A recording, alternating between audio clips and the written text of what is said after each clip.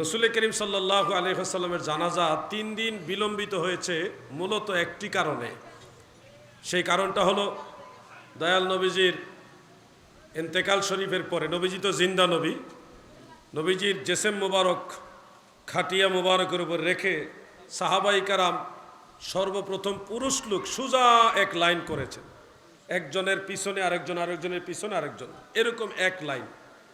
এটা নামাজের লাইনের মতো লাইন না, এটা শুধু এক লাইন। পুরুষ লোক, পুরুষের পরে মহিলারা লাইন ধরছে এক লাইন, মহিলাদের পরে বালক বালিকা ছোট ছোট বাচ্চারা লাইন ধরেছে।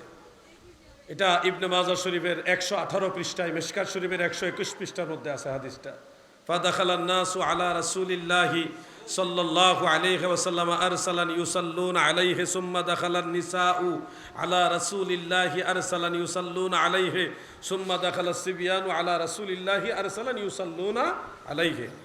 একজন পুরুষ শেষ হওয়ার পর আরেকজন পুরুষ, ওনার সালাতু সালাম ইমামবিহীন, কোনো ইমাম ছিল না, ইমামবিহীন ব্যক্তিগতভাবে তাকবীর বলেছেন এবং সালাতু সালাম পাঠ করেছেন, ওনার পরে আরেকজন। এইভাবে পুরুষের পালা শেষ হওয়ার পরে মহিলারা সালাতু সালাম দিয়েছে এবং সমস্ত মহিলারা শেষ হওয়ার পরে বালক বালিকা ছোট বাচ্চারা একজনের পরে একজন এনারা সালাতু সালাম দিয়েছেন।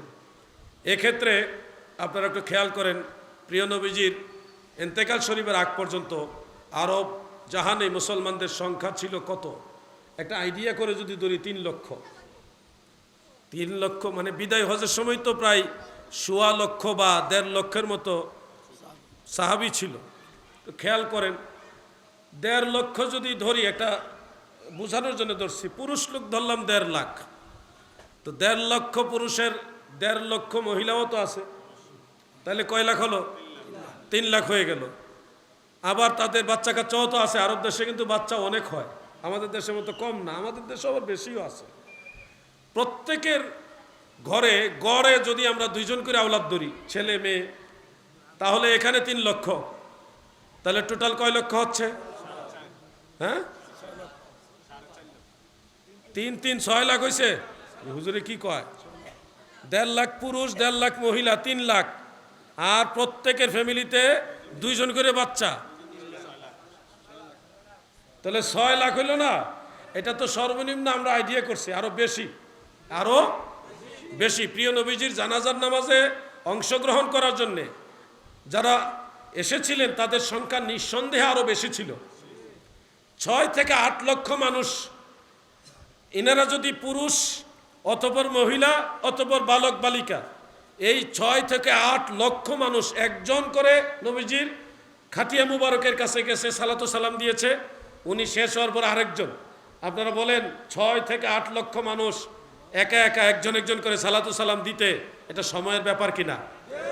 এটা যে 3 দিনের মধ্যে শেষ হয়েছে, এটাই তো অনেক কিছু। 3 দিনের মধ্যে যে শেষ হয়েছে, এটাই তো অনেক কিছু মনে করেন আপনি। এই কারণে মূলত 3 দিন দেরি হয়েছে।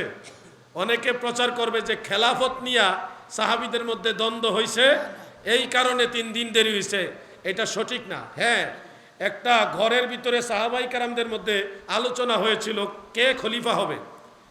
সেক্ষেত্রে এক একজন এক এক গ্রুপ এক একজনের প্রস্তাব দিয়েছে। কেউ হযরত উমরের প্রস্তাব দিয়েছে, কেউ আবু বকর সিদ্দিকের প্রস্তাব দিয়েছে, কেউ আনসারের মধ্যে একজন হবে এমন প্রস্তাব দিয়েছে, কেউ মুহাজিরদের মধ্যে প্রস্তাব দিয়েছে। এইভাবে প্রস্তাব এসেছে। অবশেষে সর্বসম্মতিক্রমে ডিসিশন হলো উমর ফারুক খলিফা হবে। ওমর ফারুকের ব্যাপারটা যখন সিদ্ধান্ত হয়ে গেছে, ওমর ফারুক রাদিয়াল্লাহু আনহু হযরত আবু বকর সিদ্দিককে হাতে এইভাবে ধরে বললেন, তোমরা আমারে সবাই মানছো, আমি আবু বকর সিদ্দিককে খলিফা ঘোষণা দিলাম। এই ঘটনাটা হয়েছে, সেখানে মাওলা আলী রাদিয়াল্লাহু আনহু উপস্থিত ছিলেন না। তো পরবর্তীতে মাওলা আলী রাদিয়াল্লাহু আনহু এই বিষয়টা নিয়ে একটু মনক্ষুণ্ণ ছিলেন যে আমার অনুপস্থিতিতেই আপনারা কেন খলিফা ঘোষণা দিলেন। তখন আবু বকর সিদ্দিক এবং উমর ফারুক এবং অন্যান্য সাহাবারা সিদ্দিক আকবর রাদিয়াল্লাহু আনহু সহ হযরত আলী রাদিয়াল্লাহু আনহুকে পরিস্থিতিটা বললেন, ভাইজান এই ঘটনা ছিল, এই পরিস্থিতি ছিল, এখন আপনি যদি বলেন এটা আমাদের জন্য করণীয় হয়নি, তাহলে আমরা এটা বাতিল করে দিব। তখন মাওলা আলী রাদিয়াল্লাহু নিজে বলছে, না, এই পরিস্থিতিতে হইলে আমিও এটা মেনে নিলাম। যদি আলী রাদিয়াল্লাহু আনহু এটা না মানতেন, তাহলে তো আবু বকর সিদ্দিকের বিরুদ্ধে উনি বিদ্রোহ ঘোষণা করতেন, বিদ্রোহ তো করেননি। খাতুনে জান্নাত রাদিয়াল্লাহু তাআলা আনহা তিনি ইন্তেকাল করার পরে হযরতে মাওলা আলী রাদিয়াল্লাহু নিজে আবু বকর সিদ্দিকের কাছে বায়াত গ্রহণ করছেন। অতএব আর এখানে খেলাফত নিয়ে প্রশ্ন করার কোনো সুযোগ নাই। এই হলো রসুল পাক সাল্লাল্লাহু আলাইহি সাল্লামের জানাজা 3 দিন বিলম্ব হওয়ার মূল কাহিনী। আমারই কথাগুলি আল বেদায়া ওয়ান নেহায়া সহ তারিখের যতগুলি কিতাব আছে ওখানে পাবেন দাদু। আমি ইনসাফের সাথে কথাগুলি বললাম। আমাদের জন্য মাওলা আলীও আমাদের, আবু বকর সিদ্দিক তিনিও আমাদের, ফারুক আজম তিনিও আমাদের, উসমান জুন্নরাইন তিনিও আমাদের। রসুল পাকের আহলে বাইত আমাদের মাথার তাজ, রসুল পাকের আসহাব তিনারাও আমাদের মাথার তাজ। আমরা আওলাদের রসুলদেরকেও তাজিম করব, আসহাবের রসুলদেরকেও তাজিম করব। আপনি উড়াল দিয়েন না, উল্টায় দিয়েন না। আর কারো বক্তব্য আসেনি এখন? নাই, তাহলে মুনাজাত হুজুর আপনি মুনাজাত করেন, আমার অনুরোধ।